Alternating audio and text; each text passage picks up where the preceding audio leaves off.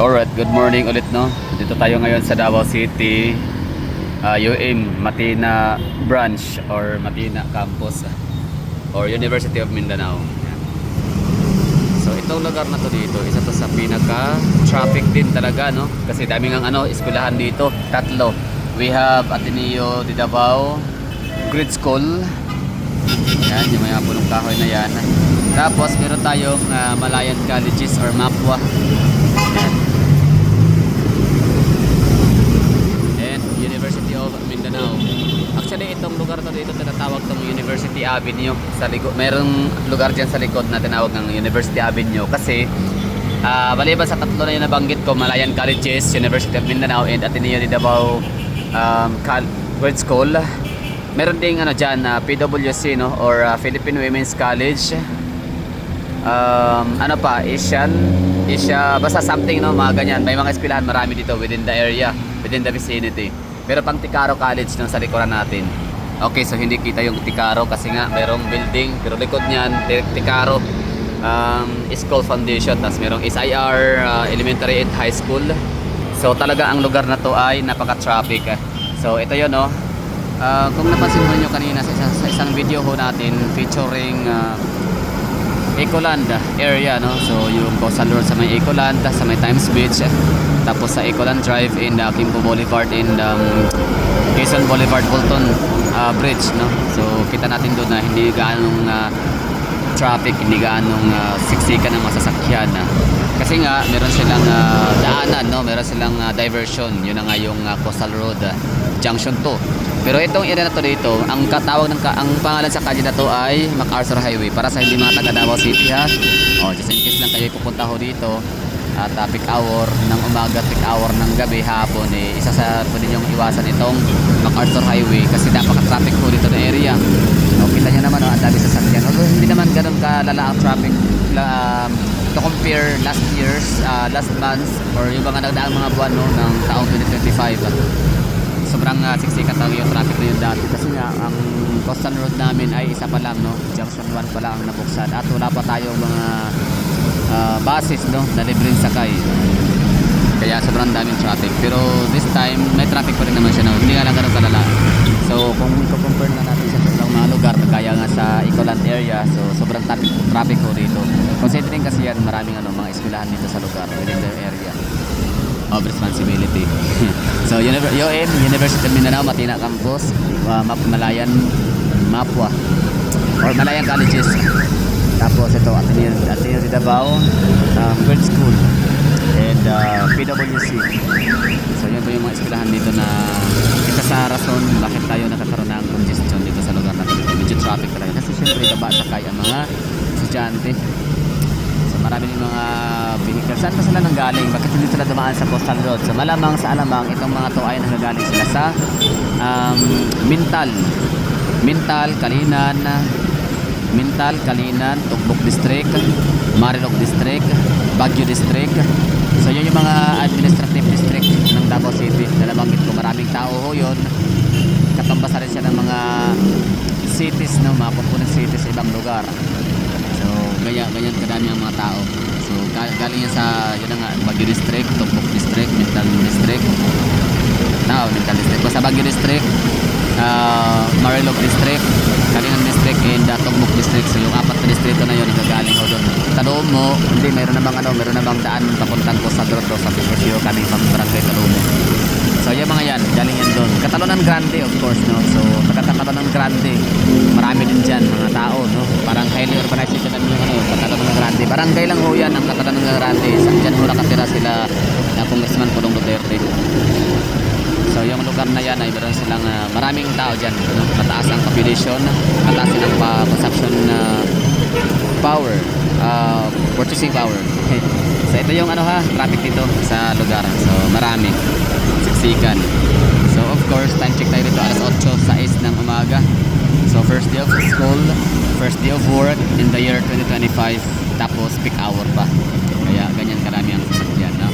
So ibig sabihin kahit pa ganun kalawak ang Coastal Road 1 and 2 Junction 1, Junction 2, still natatraffic pa rin dito kasi nga ang dami nga talagang mga sasakyan itong dumadaan coming from 5 administrative or 4 administrative districts na hindi na sila pabor na dadaan sa may coastal road. Diba? No. Tapos mga taga-Maa, syempre no, nakalimutan natin mga taga-barangay Magtuod, barangay Langob, taga-barangay Biaw, mga taga-barangay Maa na lang no, kasi ang mga taga-barangay Magtuod pwede naman silang dumaan sa diversion road at doon sila magsiksikan sa Bakaka Road no, kung ang sadya nila ay downtown area. Pero siguro mga estudyante kasi din marami din mga jeep din kasi from barangay Maa, malaking ano din yan barangay, marami din mga tao dyan na ninirahan, kaya ganyan kadami ang sasakyan no. So isipin na lang natin to, coming from 4 administrative districts sa Davao City plus malaking barangay ng Katalunan Grande at malaking barangay ng barangay Maa. So dito yan lahat dadaan kasi nga ang kailang mga sadya ay papunta sila ng Bagkerohan Public Market, papunta sila ng City Hall, papunta sila ng Ateneo de Davao, University, pwede rin no, doon sa downtown area, sa Rojas, sa Recto, punta sila ng downtown Davao, pinaka-heart of the city. So talagang mas pabor sa kanila daanan tong lugar na to dito kahit pa sa traffic, pero ganoon talaga ang pinaka-easiest way nila na daanan. So sobrang dami no, siksika na.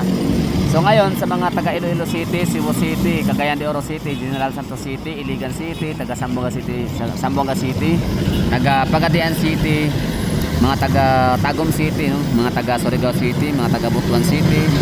Yun po yung mga highly urbanized city and component city and mga independent component cities na nabanggit ko ay marami na rin mga umuwi siguro na mga tao no sa kanilang probinsya diyan sa inyong mga mega cities ngayon, sa inyong mga rehiyon and probinsya. Gawa nung magtatrabaho at mag-aaral. So ang tanong ko sa inyo, traffic na ba sa inyong lugar? Congested na ba?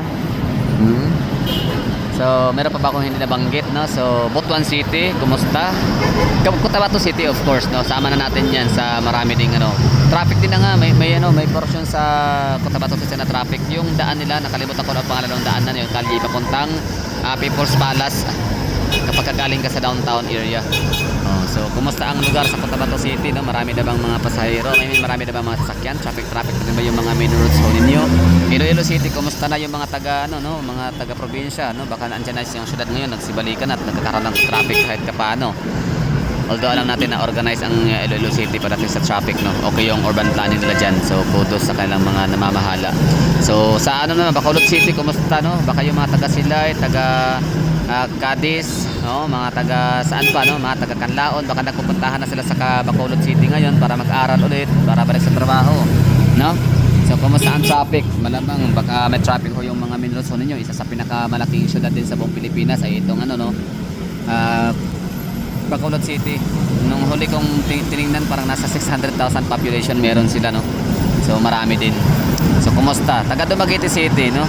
Since ang Dumaguete City ngayon ang panibagong regional government center ng rehiyon ng NIR or Negros Island region. So kumusta sa Dumaguete City? Traffic ba? So sa mga taga Cebu City, no, shout out sa inyo diyan. Kumusta yung inyong probinsya, yung inyong syudad?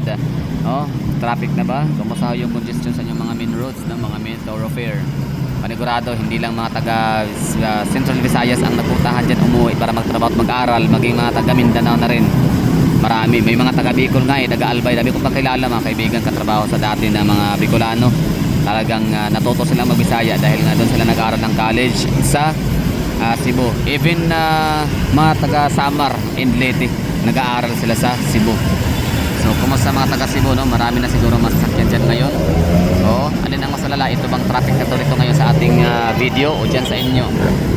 Time check kami dito, alas 8:11 ng umaga. So saan pa no? So Tacloban City, kumusta?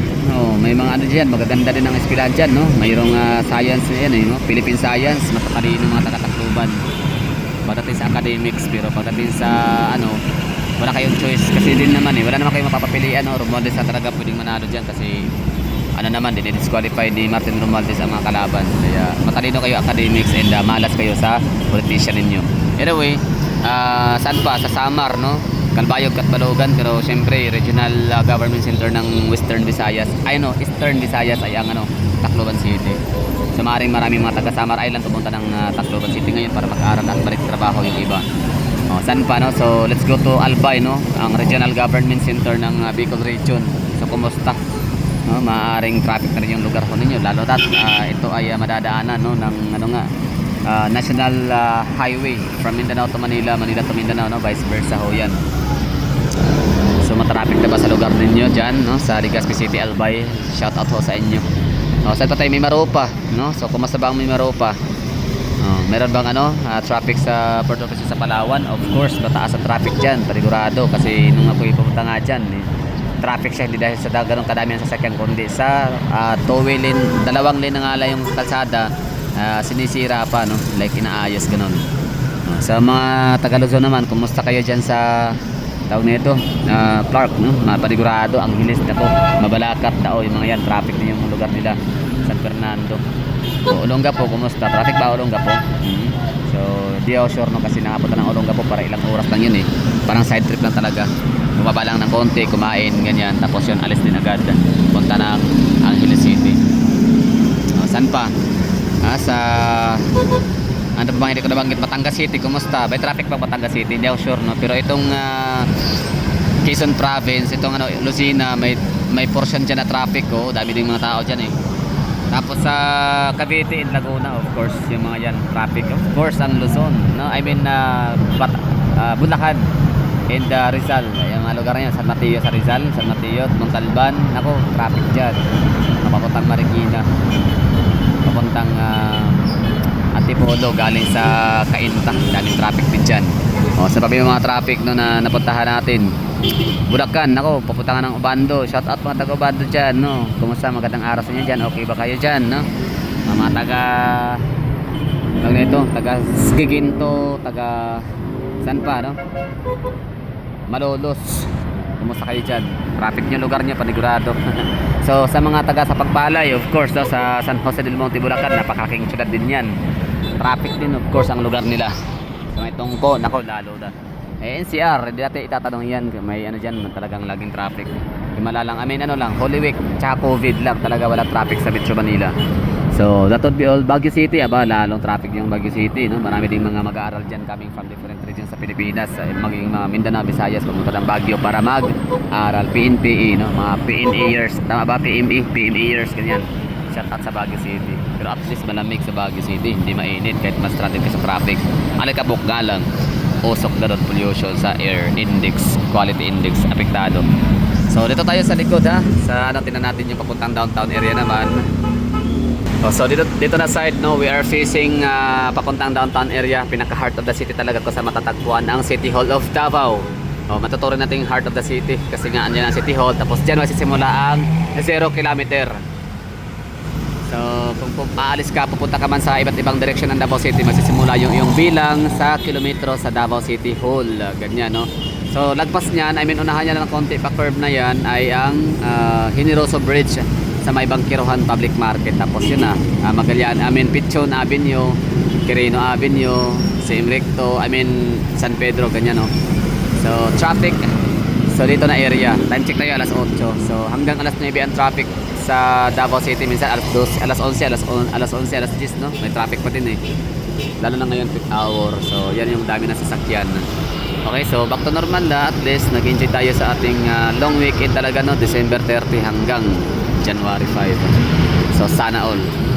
Pero siyempre, hindi naman lahat ay nag-i-enjoy doon na nakakabenepisyo kasi nga yung mga natatrabaho sa shopping mall, mga call center, BPO, ganyan, ay factory. Pagka January to, balik kasi sa trabaho.